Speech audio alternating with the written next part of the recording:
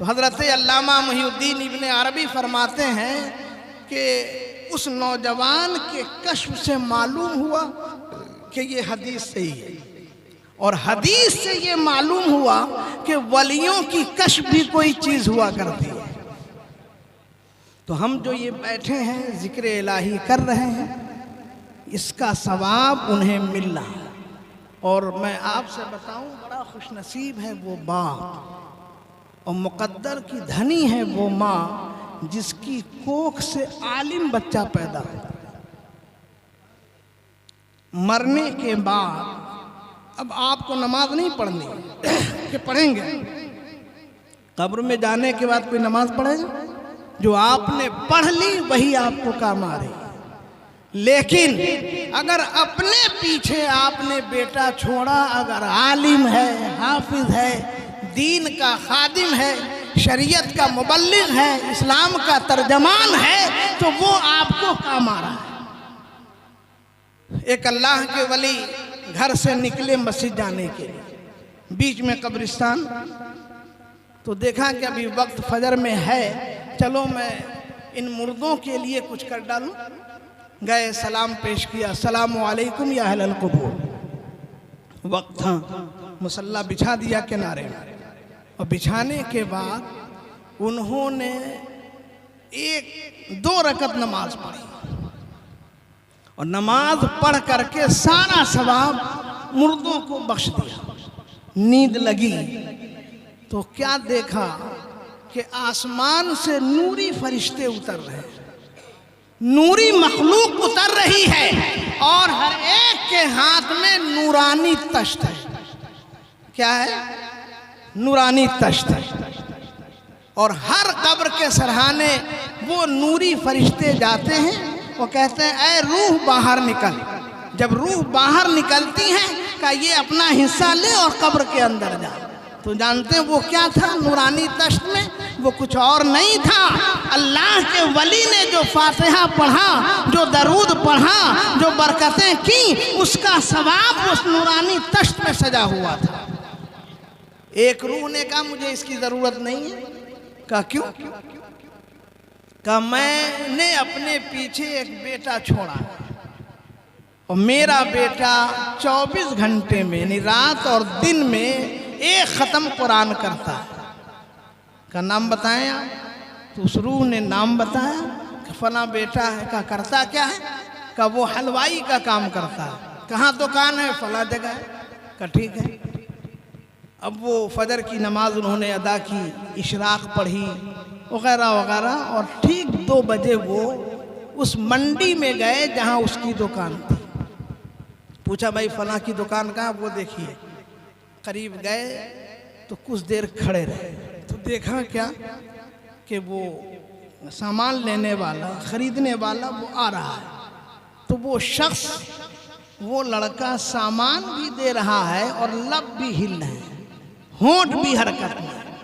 جب سامان لے کے وہ چلا گیا تو پوچھا بیٹا تم کیا کر رہے تھے؟ کہا میں قرآن کی تلاوت کر رہا تھا۔ کہا اچھا، اور مٹھائی بھی یہ کر رہے ہو، بیچ رہے اور قرآن کی تلاوت؟ کا ہاں الحمدللہ، میں رات دن مل کر کے 24 گھنٹے میں 1 ختم قرآن کرتا ہوں، سبحان اللہ، والد کے نام بخشتا ہوں۔ اب آپ دیکھیں اللہ کے نبی نے فرمایا کہ قرآن کتنی مقدس کتاب ہے۔ دنیا کی پہلی کتاب قرآن ہے کہ جسے چھو دیجئے تو ثواب ملے گا، جسے دیکھیے تو ثواب ملے گا، کوئی پڑھ رہا ہو آپ سنیں تو ثواب ملے گا، اور خود پڑھیں گے تو اتنا ثواب ملے گا کہ اس کا حساب ہی نہیں ہے۔ سبحان اللہ۔ 3 حرف ہے، الف لام میم۔ کتنے حروف ہوئے؟ 3۔ اور معلوم ہے 30 نیکیاں ملی، 30 گناہ دھلے، اور 30 درجے بلند۔ ہے کوئی دنیا کی ایسی کتاب؟ اگر ہے تو وہ میری کتاب ہے، اور اللہ پاک نے ہمارے نبی پہ نازل فرمایا کہ یہ کتاب پڑھو تو تمہاری دنیا بھی کامیاب ہوگی اور تمہاری آخرت بھی کامیاب ہوگی۔ سبحان اللہ۔ حیرت ہے کہ ترقی کے جتنے سینے ہیں یہ قرآن سے جڑے ہوئے ہیں، اور مسلمان قرآن چھوڑ کر کے دنیا بھاگ رہا ہے. ہاں قرآن کب اتارتے ہیں طاق سے؟ جب دو بھائی میں جھگڑا ہوتا ہے. لاؤ قرآن کھاؤ قسم.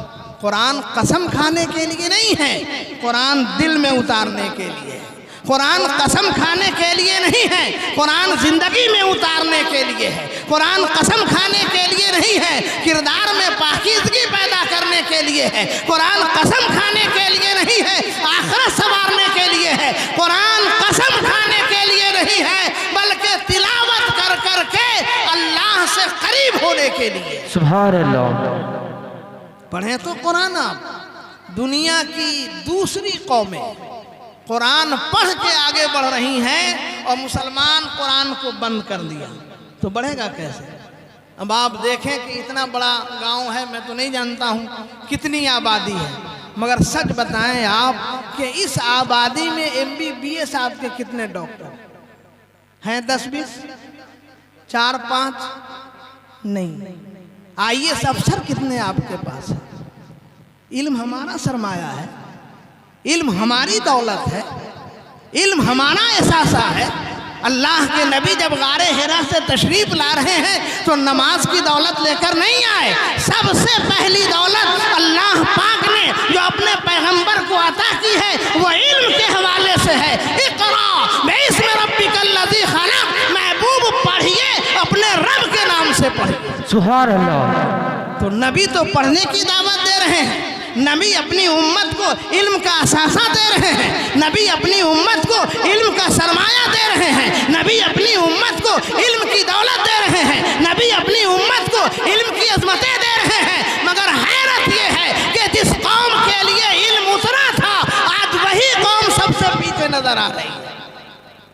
آپ بھول رہے ہیں دنیا کی سب سے بڑی قوت کا نام قیصر و کسریٰ ہے، مگر حضرت عمر فاروق رضی اللہ تعالیٰ عنہ نے دنیا کی سب سے بڑی قوت کو اپنے قدموں میں جھکا دیا.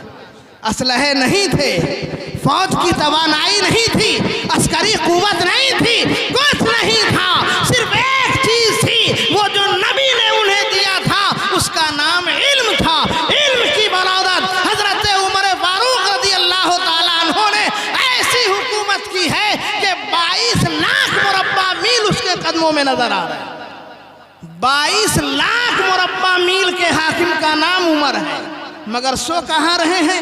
اس چٹائی پہ سو رہے ہیں جہاں نہ گدا ہے، نہ چادر ہے، نہ تکیہ ہے، نہ بیڈ شیٹ ہے، ننگی پیٹھ ہے، اور عمر سو رہے ہیں. علم کا جو سرمایہ، علم کی اسپرٹ اگر لینی ہو تو آپ قرآن سے لیجیے. تو قرآن میں کیا نہیں ہے؟ علم قرآن میں ہے، عظمتیں قرآن میں ہے، شعور قرآن میں ہے، خوف الہی قرآن میں ہے، شفاعت کا مژدہ قرآن میں ہے، نبوت کی عظمتیں قرآن میں ہے، ولایت کا وقار قرآن میں ہے، علماء صالحین کی عظمتیں قرآن میں ہے، خشیت الہی کے جلوے قرآن میں ہے، محبت رسول کے شرارے قرآن میں ہے، نگاہوں کے تقدس کے پھول قرآن میں ہے. وہ کیا نہیں ہے جو قرآن میں نہیں ہے؟ ہر ادا ہے آپ کی آیات بینات. جس زاویے سے دیکھیے قرآن مصطفیٰ. سبحان اللہ. سبحان اللہ. یا رسول اللہ زندہ باد. پڑھیں قرآن زندہ باد. اور پڑھ کے آپ آگے بڑھیں. اللہ کے نبی نے فرمایا کہ اسے پڑھو اور پڑھنے کے بعد اپنی امت، اپنے مرحوم کے نام تم ایصال ثواب کرو. اب آخری بات سنیں اور بس میں اپنی گفتگو ختم کرتا ہوں. محفل ایصال ثواب کی ہے، ثواب کا پہنچانا. سنیں آپ لوگ، ڈسٹرب نہیں کریں. درود شریف پڑھیے. اللہم صلی وسلم بارک علی سیدنا و شفیعنا و نبینا مولانا محمد معدن الجود والکرم وانبع العلم والحلم والحکم. بارک وسلم صلو علیہ صلاۃ و سلاما علیک یا رسول اللہ. تو قرآن شریف وہ مقدس کتاب ہے کہ وہاں پڑھتے جائیں، بخشتے جائیں اور مرحوم کو جنت میں بھیجتے چلے جائیں. ایک بیٹا حافظ قرآن چھوڑا، نورانی تش جنت سے آ رہا ہے، مگر اس کے بعد بھی قبول نہیں کیا، صرف اس لیے کہ ان کی اولاد قرآن پڑھ رہی ہے.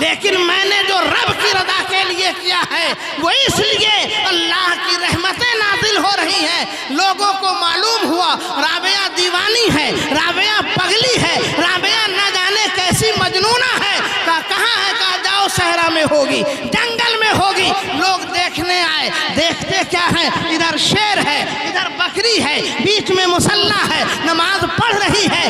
شیر کی ہمت نہیں ہے کہ بکری پہ حملہ کر دے, اور بکری کی ہمت نہیں ہے کہ کسی کے کھیت میں منہ ڈال دے. نماز سے جیسے سلام پھیرا, کہا کہ رابعہ عجیب حال ہے, تم نماز پڑھ رہی ہو مگر بکری تمہاری ہے اور کسی کے کھیت میں منہ نہیں ڈالتی. آج آپ اپنی بکری کو چھوڑیں, وہ آپ کی بکری ہے مگر آپ کے کھیت کو نہیں پہچانتی ہے. کھیت کسی کی کا ہو مگر بکری آپ کی ہوتی ہے. مگر رابعہ کا کمال یہ ہے کہ بکری ان کی ہے, وہ بکری کھیت کو بھی پہچان رہی ہے اور رابعہ کو بھی پہچان رہی ہے. اور ادھر شیر بھی کھڑا ہے مگر ہمت نہیں ہے کہ بکری پہ حملہ کر دے. کہا رابعہ یہ میں کیا دیکھ رہا ہوں؟ کہا سنو, میں اللہ کی عبادت میں تھی, فرشتے ان کی حفاظت میں تھے. تو اگر آپ عبادت کریں تو رب کا کرم نہیں جھومے گا, رب کی برکتیں نہیں جھومیں گی. تھوڑی سی پریشانی ہوئی, دوڑ کے آئے اکمل صاحب, تعویذ دیجئے, بڑی غربت آئی ہے. آنی چاہیے غربت, تعویذ سے غربت نہیں جاتی ہے, نماز پڑھنے سے غربت جاتی ہے. تعویذ سے غربت نہیں جاتی ہے, عشق کا چراغ جلانے سے غربت جاتی ہے. آپ کو معلوم نہیں ہے اللہ کے نبی نے ارشاد فرمایا کہ جب میری امت میں سے کوئی فرد فجر کی نماز پڑھ کے اپنے گھر آتا بھی نہیں ہے مسجد سے, کہ اللہ رزق کے فرشتوں کو اس کے گھر میں اتار دیتا ہے. ابھی وہ مسجد سے راستے میں ہے, اپنے گھر کی چوکھٹ پہ قدم نہیں رکھا, فرشتوں کا ہجوم ہے جو چوکھٹوں پر چوم کر کے اب پھر واپس ہو رہا ہے. جانتے ہیں کیا ہوا؟ کہ اس لیے کہ جس نے نماز پڑھی ہے اللہ اس کی برکتیں عطا فرما رہا. اور آج ہمارا حال کیا ہے, 10 بجے دن تک ہم سوئے ہوں اور 11 بجے آ کہتے ہیں اکمل صاحب تعویذ دیجئے نا, گھر میں برکت نہیں. جب فرشتے آ رہے ہوتے ہیں رزق کی برکتیں لے کر تو ہم سوئے ہوتے ہیں, اور جب برکت لے کے چلے جاتے ہیں تو ہم جگتے ہیں, تو کہاں سے برکت آئے گی؟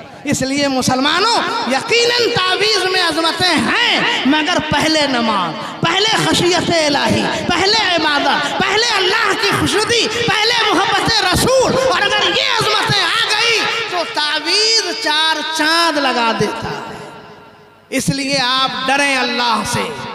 اور یاد رکھیے آج اور ہم آپ حضرت اکمل ویشالوی کے والد مرحوم جناب عبدالغفور صاحب مغفور کے 46 یا 20واں میں ہے نا, لیکن یاد رکھیے کل کوئی میرے 20واں میں ہوگا, کل کوئی آپ کے 46 میں ہوگا. تو ابھی سے ہم یہ تیاری کریں کہ قبر میں جا کے ہمیں دشواری نہ ہو.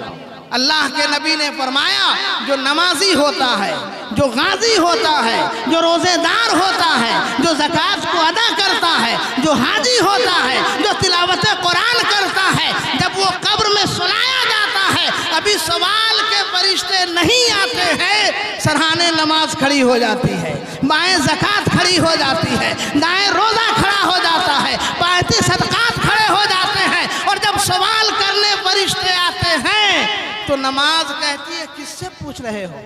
یہ نماز نہ پڑھ رہا تھا, دیکھو میں نماز ہوں. نماز اجالا بن کے قبر میں, بائیں آیا فرشتہ تو تلاوت قرآن دامن تھام لیتی ہے, تم کس سے سوال کر رہے ہو؟ یہ روز میرا یہ اللہ کا بندہ تھا جو سورہ ملک کی تلاوت کیا کرتا تھا. تو نہ ہم نماز پڑھتے ہیں نہ قرآن پڑھتے ہیں, اور روتے ہیں حضرات برکت نہیں ہے. حضرت ڈر ہے, ڈریے اللہ سے, دنیا سے نہیں. دعا ہے کہ اللہ پاک مرحوم کو کروٹ کروٹ جنت عطا فرمائے, اور ان حضرات کو بھائیوں میں وہی محبت عطا فرمائے جو والد